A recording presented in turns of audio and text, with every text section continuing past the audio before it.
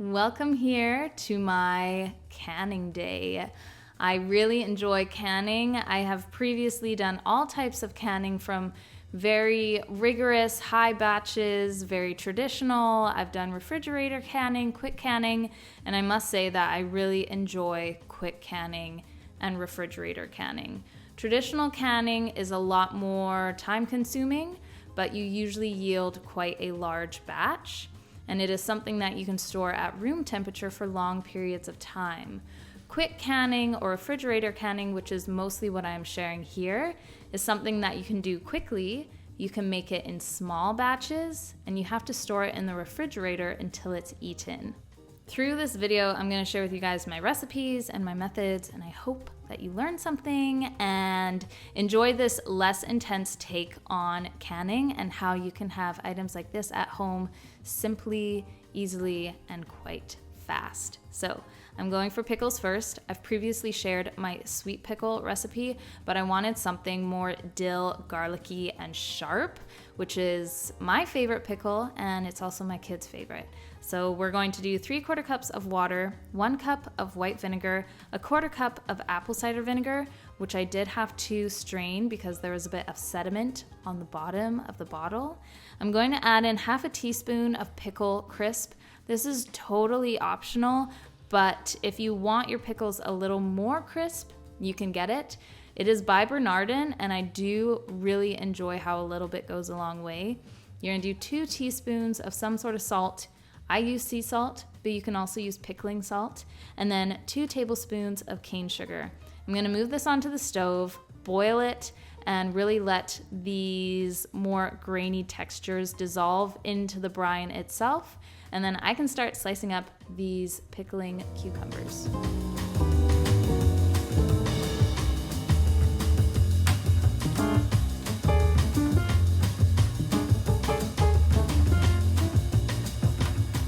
I am not lying to you when I say that this mandolin is a vital tool in my kitchen. He is right alongside my Vitamix and my cast iron frying pans. I use my mandolin often when it comes to things like canning days. I'm able to can things quickly because of this, but also if I'm doing things like making my own potato chips, or if I'm doing apple chips, or some sort of a casserole that needs really thin potatoes, this guy is so handy. I have him on my Amazon storefront under my kitchen tab. It's linked down below. I highly recommend checking it out if this is something you're interested in. To a 1-quart jar, I'm gonna add in a bunch of dill, a handful of peeled garlic, some pickling spices. I just go to the store and I buy a jar or a bag of pickling spices. It has everything you need in it, and it's simple. It'll have like mustard seeds, coriander seeds. It's delicious. I'm going to add in my cucumbers to the jar. For this recipe, I use about 8 to 10 pickling cucumbers. You're welcome to use long English cucumbers, mini cucumbers, anything works. A pickling cucumber will usually hold its crisp longer, and I really enjoy that. And they are also in season, so I pick them up from my local market. I wait until my brine has cooled down a little bit. You still want it to be very warm, but you don't want it to be boiling hot. I take my spindle, I'm going to press onto my cucumbers and tap the side of the glass. We want to release any air bubbles that's underneath. I did a double batch of these. As soon as they are cooled, I will place a lid on them, and they're good to go in the fridge for up to 2 months. They keep beautifully. I like having these for sandwiches and even just to have as a snack because they are that good. We're gonna move on to some hot peppers here. You're gonna get 1 3/4 cups of white vinegar, 1/4 cup of apple cider vinegar, 1/2 cup of water, 2 tablespoons of sugar, and a 3/4 teaspoon of sea salt, pickling salt, into a pan. You're gonna bring it to a boil, and while that's happening, you're gonna start slicing up your peppers.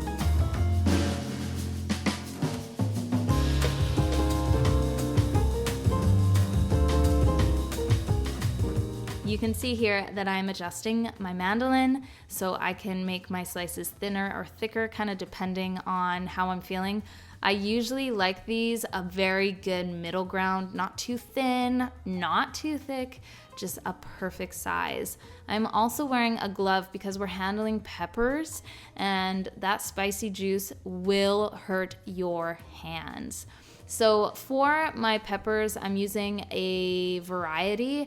I love jalapenos because they just have that nice heat to them. We're doing some chili as well. These yellow spicy peppers, I can't remember the name of for the life of me, but I do know that they are the hottest pepper out of all three. So I got these at my local market. I'm going to use the mandolin again to slice them up quite nicely, and then we're gonna have to work hard at removing the insides and some of these seeds.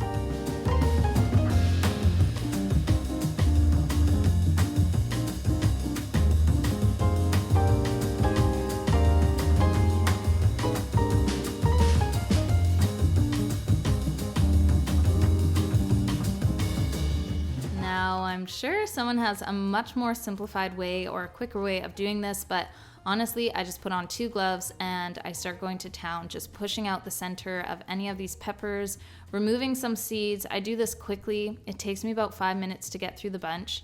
And the reason I do this is just because personally, not everyone does this, but just for myself, I like the outside of the peppers. I don't want any insides or seeds or core for the most part. I want most of those gone. To also help remove the seeds even further, I'm going to put these into some warm water, really give them a good shake, move them around. The water is going to pick up a bunch of the seeds and you can pour that down the drain. I don't have anything against the seeds, but maybe I'm a texture person and there's just certain textures I don't want. And seeds in pickling peppers personally are not one of them. Seeds in jam, I am so down, but I don't want seeds in my peppers. Now, because these are quite strong and we are quick canning these in the fridge, they're going to react differently than if we were going to do a traditional canning method. So on a medium heat, I'm gonna add to my peppers some olive oil in this frying pan, and I'm gonna fry them for about 5 minutes. The reason I do this is because it will soften them. It'll kind of open up the pores, you could say, of the pepper, and it's not going to be such an intense spice once we start pouring the brine on top.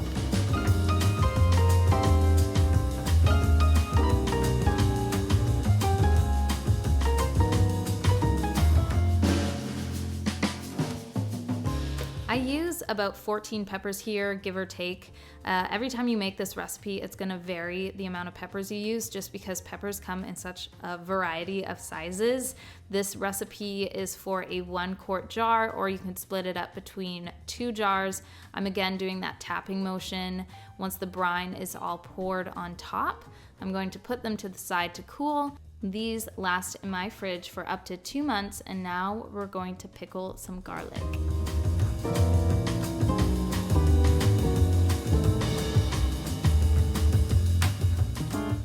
Pickling garlic is extremely simple, and I'm going to tell you why I do it in a second. But this is going to yield a 1-pint jar. So to your jar, add in some dill. I like doing red pepper flakes as well. To your saucepan, you're going to add a cup of white vinegar, 2 teaspoons of a sea salt or pickling salt, and then grab your garlic, peel it, and put it into your jar. I had my kids peel my garlic because it's kind of a sensory activity for them and they enjoy it. And this is about 7 heads of garlic here. I just get my big bags from Costco and it's perfect. So I pickle garlic for a few reasons. The first one is just it tastes good. It's something that you can slice up and add to certain dishes, and it's still garlic, but it has an interesting flavor to it.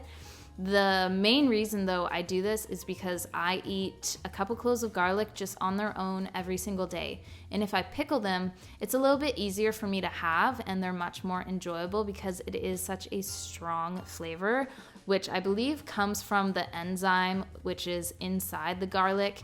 If you do this and notice your garlic turning blue, it doesn't mean your garlic is bad. It's just the reaction of the vinegar towards the enzyme that's already present in the garlic. So I have a really bad finger infection. I didn't want to go on antibiotics because I am breastfeeding and I didn't want to have to pump and dump. But since having my usual garlic every single day, my finger infection is almost gone and I'm feeling amazing. So it stays good in your fridge for 3 to 4 months, and you will love the health benefits of having garlic every day. From clearer skin to a better digestion, I can't recommend it enough. Next, we're going to talk about some jam. I know jam can be kind of hard for a lot of people and it can feel intimidating, but this is so simple doing it this way. To a pot, you're going to add 2 pounds of frozen berries. These are frozen strawberries I got at Costco and they're organic. It's so affordable doing it this way and delicious. You're going to add in a half a cup of filtered water. You're gonna add in 1 3/4 cups of any sweetener. You can do honey or sugar. I did half honey, half sugar. You're gonna add in 2 tablespoons of lemon juice, and you're going to put this onto the stove to start thawing these strawberries. You can use any berry, blueberries, raspberries, depending on the berry. You may have to add in more sugar because they can be pretty tangy. Strawberries are great. They already have that natural sweetness to them, so you don't have to add as much. I would probably even add less sugar next time because these were such sweet strawberries. Once it is fully thawed on the stovetop, you can take anything. I like using a hand blender to properly blend this. Add in a little bit of a thickener. You can do pectin here. I do a bit of cornstarch because I had it. And you're gonna whisk this very well.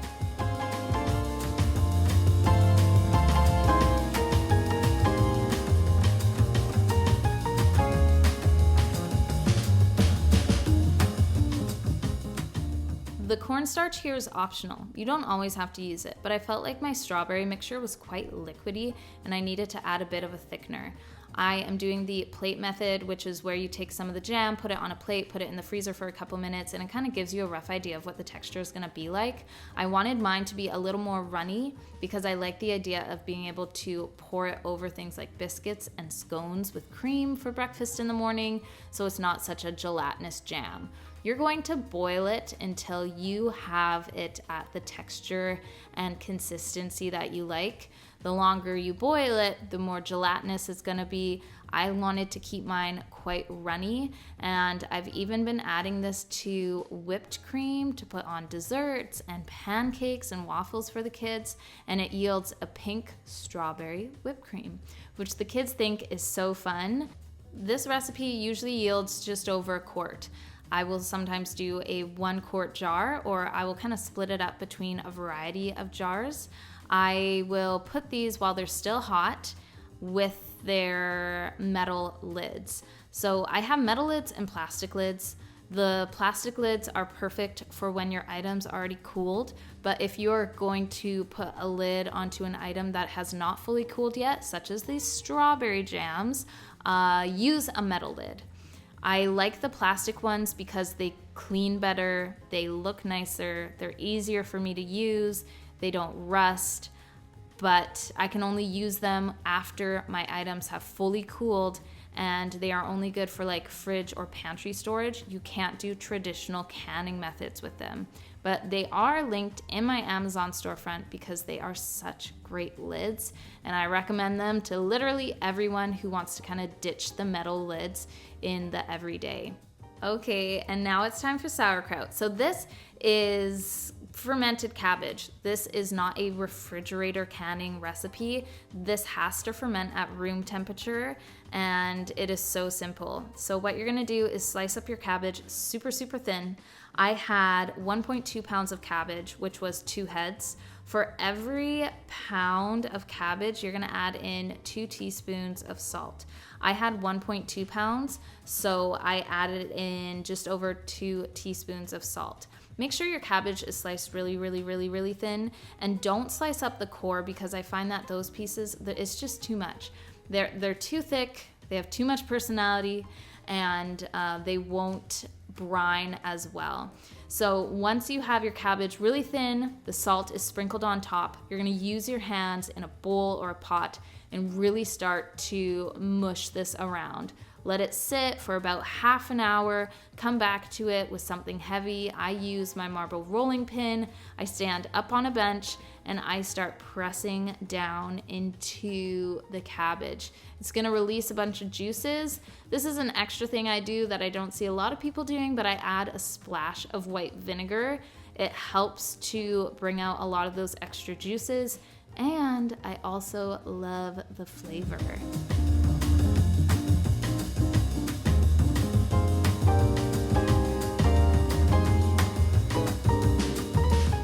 I have this great jar that I'm going to add my cabbage into. I'm going to take my rolling pin after adding just a bit, and I'm going to press it. You need to continually press this. You're going to feel like you're pressing it too much, but I guarantee you, you're not. You want to release as much fluid as possible because all of this cabbage has to sit under its own fluid in order for it to not mold or go bad at room temperature. So keep adding cabbage, keep pressing it down. Those juices on the top, that is all brine from the cabbage, as well as a little bit of that vinegar that we added. Keep pressing. You are not ruining it. You are not over squishing it. You are making this the best that it can be. I am now going to take some saran wrap. You can use anything, but saran wrap honestly works the best for me here. Place it on top of your brine and then put a weighted item on top so that saran wrap doesn't pull up, because this will bubble as it ferments. I'm just using a small dish. You're going to seal this, put it in a dark place at room temperature for it to properly ferment. Every couple days, open it, let some air out, close it up again. It usually takes me about 2 to 3 weeks to really get to a point where it is an amazing flavor. And then for the rest of my items, I'm going to place them into the fridge. Yes, they do take up room in the fridge. I can't say I mind though, because as a family of 7, we go through food quite quickly anyways, and these are very nice to have on hand. Now with the sauerkraut, after 2 to 3 weeks of fermenting at room temperature and you checking in every little bit, you can taste it here and there. After the 2 to 3 week mark, when you feel like, man, this tastes so good, you can pop it into the fridge without the saran wrap, without the weight, and it will last 2 to 3 months in the fridge if it actually lasts that long, because it is that good, and it's amazing on roast beef sandwiches, on hot dogs, and even on its own, because the probiotics in there is so good for you. Anyway, I hope that you guys enjoy my quick canning video. Let me know your thoughts in the comment. I will see you very soon.